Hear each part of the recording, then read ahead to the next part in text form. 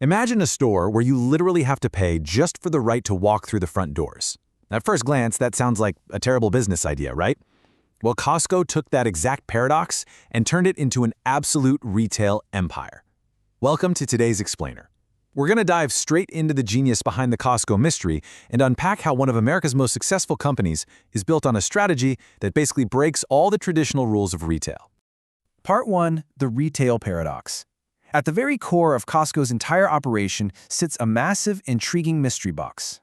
Hundreds of billions of dollars. That staggering number represents Costco's annual revenue.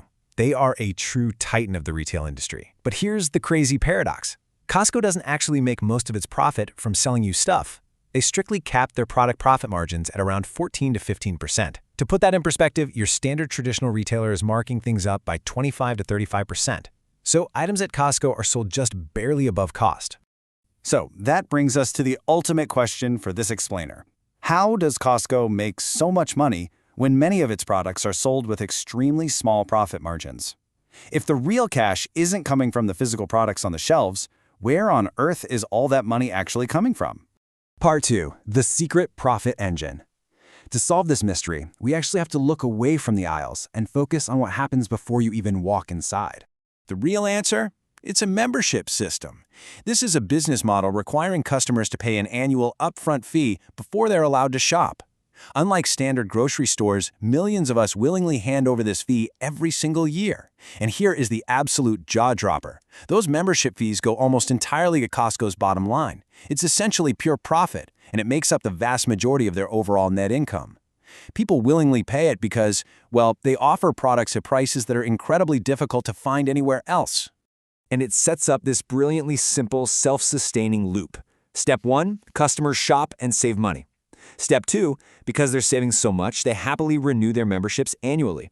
Step 3, Costco earns reliable recurring revenue from those fees. And Step 4, the company uses that predictable cash to continue growing.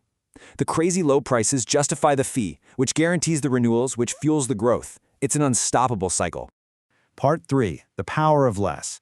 Let's look at how they actually manage to keep those shelf prices so unbelievably low. Think about your traditional supermarket. They carry tens of thousands of products. They want to give you every brand, every size, and every single flavor imaginable. But Costco's strategy? It's the exact opposite. By severely limiting their selection, Costco changes the entire dynamic of how they buy. They carry a fraction of that amount, usually only around 4,000 distinct items, but they buy them in absolutely massive quantities. And the ripple effect of this limited selection is huge.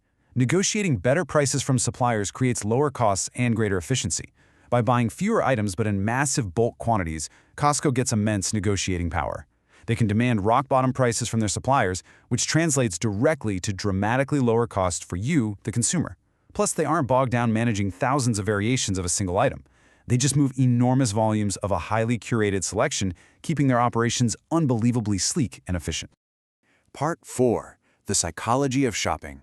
Because the Costco mystery isn't just about supply chains and spreadsheets, it relies heavily on how you and I actually think. There's a famous saying about the warehouse experience. Customers arrive for a few items, but often leave with much more. Come on, we've all been there, right? You walk in for some basic groceries, you wander the aisles, and suddenly you're checking out with a cart full of things you just discovered along the way. This happens entirely by design. The warehouse layout is a literal treasure hunt, intentionally built to encourage continuous product discovery. But it goes even deeper than the physical layout. Costco benefits massively from human psychology tied directly to that membership fee. See, that upfront fee actually motivates members. Once you pay it, a powerful sunk cost mindset kicks in, giving you a deep desire to maximize your membership value. Subconsciously, you're thinking, I paid to be in here, I might as well get my money's worth. That specific mindset directly results in larger purchases, and it leads to more frequent visits. You are financially and psychologically invested in shopping there. Part 5. An uncopyable blueprint. When we piece all these clues together, the full genius of this business model finally comes into focus. Look at these 4 pillars: a steady stream of membership revenue, highly efficient operations, massive bulk purchasing, and deep customer loyalty. By combining these, Costco has built a nearly impenetrable fortress. It is a completely uncopyable blueprint. Think about the moat they've created. If a new company wanted to compete, They'd need massive purchasing volume to offer low prices, but they would need those low prices instantly just to convince millions of people to pay a membership fee. These four pillars work together in such perfect harmony that competitors struggle immensely to even come close. Costco's immense success proves that sometimes the most powerful business strategies are the ones that look a little strange at first glance. Ultimately, Costco isn't just selling products. It is selling access to a highly optimized system. It's a masterfully designed mechanism built to keep customers fiercely loyal and coming back year after year. So, the next time you walk through a Costco warehouse pushing one of those oversized carts, I want you to ask yourself, are you just buying items or are you buying into a system? It really makes you look at that receipt differently, doesn't it? Thanks for joining me for this explainer. Keep asking questions, keep looking past the obvious, and I'll catch you next time.